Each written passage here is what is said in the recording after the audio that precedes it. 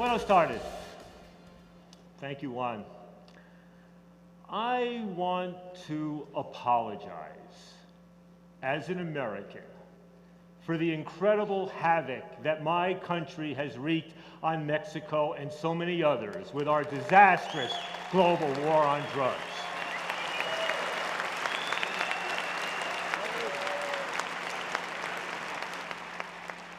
I have devoted most of my life and for the rest of my life to trying to end this war on drugs in my own country primarily, but also around the world.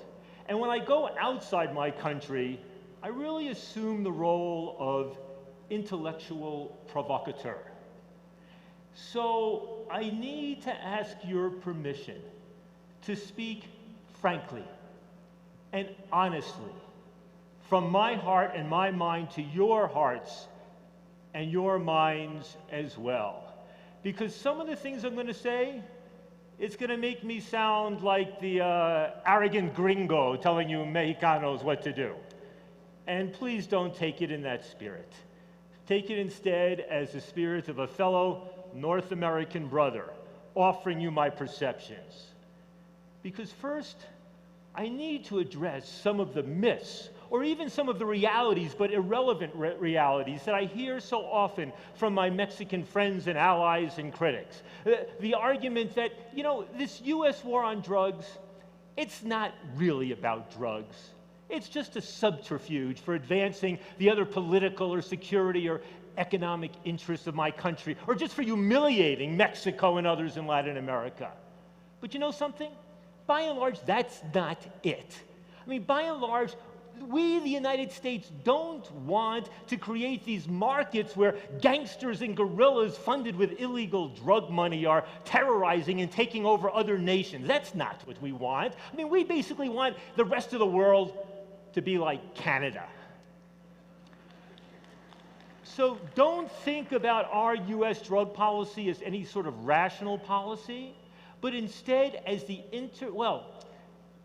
think about the fact that we try to prohibit alcohol. Look how well that worked out. So think about our global drug policy not as anything rational, but as the international projection of a domestic psychosis.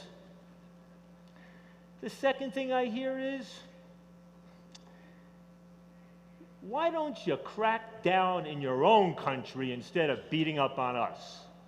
And to that I say, cállate, por favor. Look at my country, where the war on drugs has violated civil rights and civil liberties, arrested tens of millions of people, created racial oppression in my country, violated human rights, and where our incarcerated population breaks all records. My country, with less than 5% of the world's population, but almost 25% of the world's incarcerated population. My country, where 30 years ago we had 500,000 people behind bars, and now we have 2.3 million people behind bars. By chance, the same number of people as live in Puebla, Mexico today. Imagine taking every man, woman, and child in Puebla, all 2.3 million, and putting them in bars. That's what the equivalent of what we have done in the United States. We lock up more people on drug charges than all of Western Europe locks up for everything, and they have 100 million more people than we do. And the racial disproportionality of what's going on, how people with black and brown skin are disproportionately targeted and arrested and incarcerated, even though they are no more likely than white people to possess or use or sell drugs, that is a profound injustice in my country.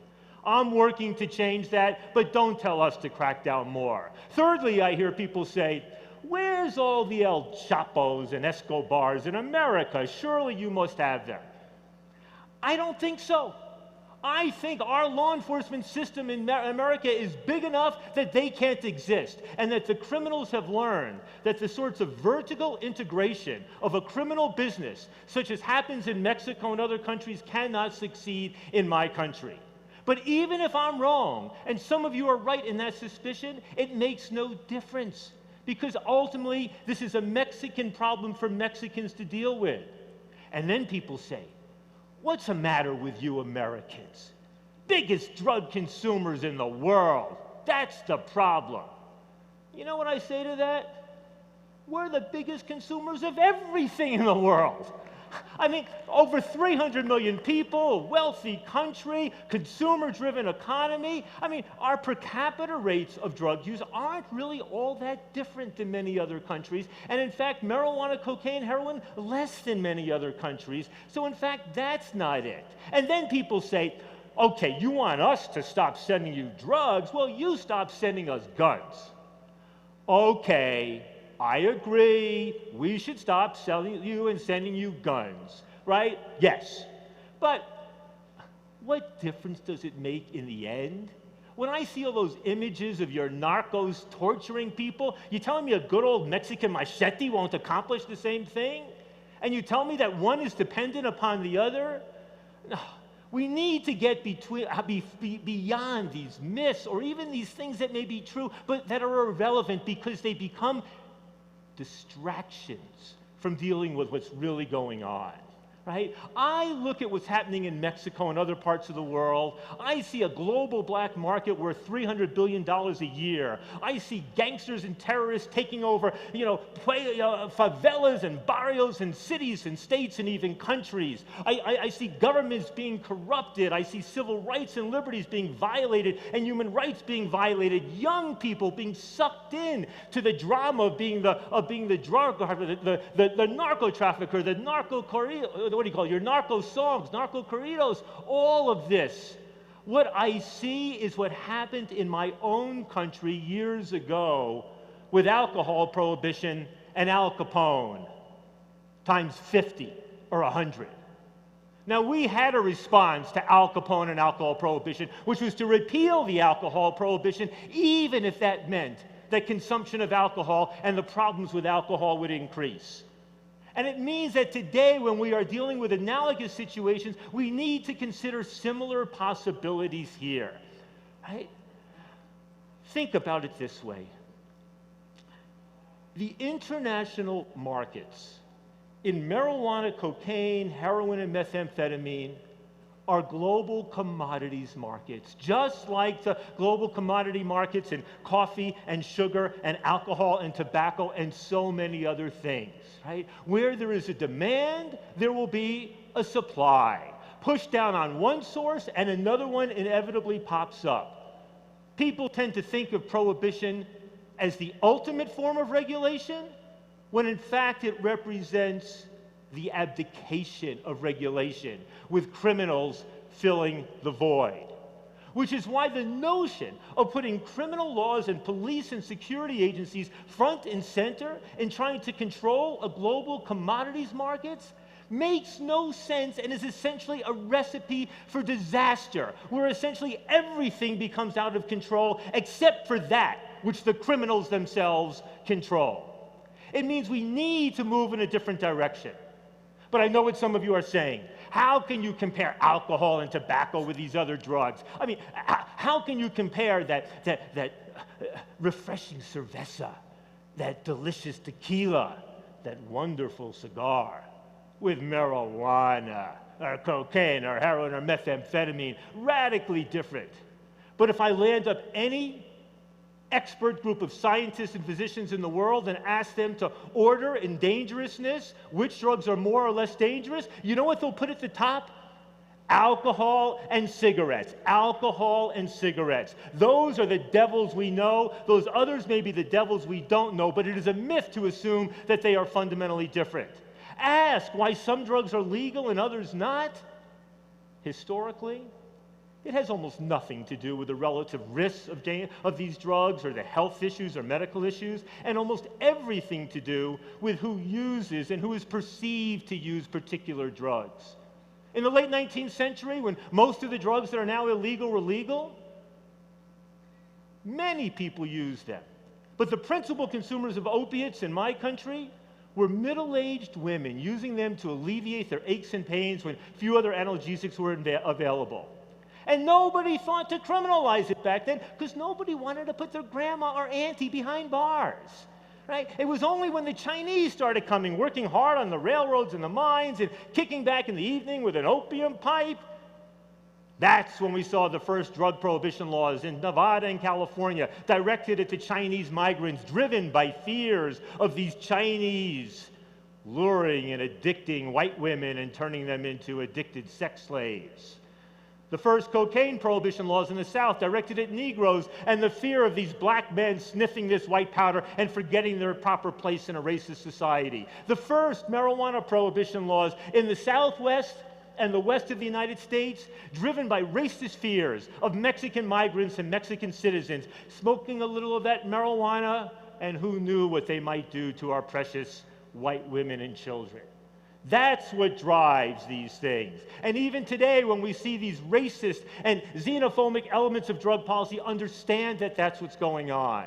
So is legalization the answer? I don't know. 3 days a week, I think yes. 3 days a week, I think no. And on Sundays, I'm agnostic. But I know this. Legalizing and regulating most of the drugs that are now illegal would radically reduce the crime and violence and corruption and black markets and all of these terrible things going on. What I also know is that it's not going to happen like that. What I also know is that the possibilities for drug policy are arrayed along a spectrum from the most prohibitionist and punitive to the most free market. That what needs to happen is a moving down this spectrum so that we increasingly reduce the role of criminalization and the criminal justice system in drug control as much as possible while protecting public safety and health. That is the objective, to move down this direction. That is what we are doing in the United States. That is why I am proud, as an activist in the United States, that we are leading the world in removing marijuana from the prohibition system. Marijuana is now legal for medical purposes in almost half our states. Washington and Colorado 2 years ago, Oregon and Alaska and D.C. a few days ago, just choosing to legally regulate marijuana. Mexicans need to join in this evolution. It makes no sense. Marijuana is not even legal for medical purposes. And to those of you who say, never mind the marijuana, that's not the big business of the narcos, we need to focus on the other things, I say you need to start somewhere. If you can take marijuana out of the prohibition system in Mexico, then you have a start, and you have the momentum, and you show that change is possible. Because finally, I think what we're left with here is essentially a sense of despair.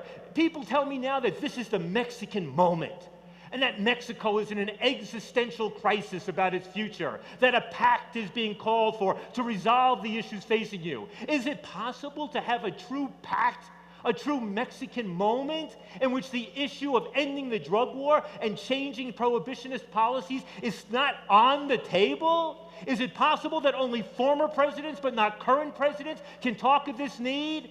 I hope that when 2 years from now we legalize marijuana in California, perhaps that will create the shock to the system, to the psyche in Mexico, so that you will accelerate your movement reform.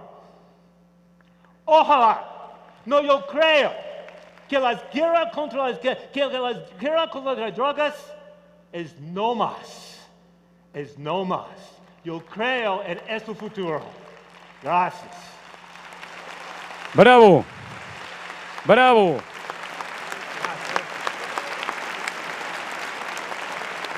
Thank you very much. I want to share a secret. I had a chance to watch him talk in Brazil, at Rio.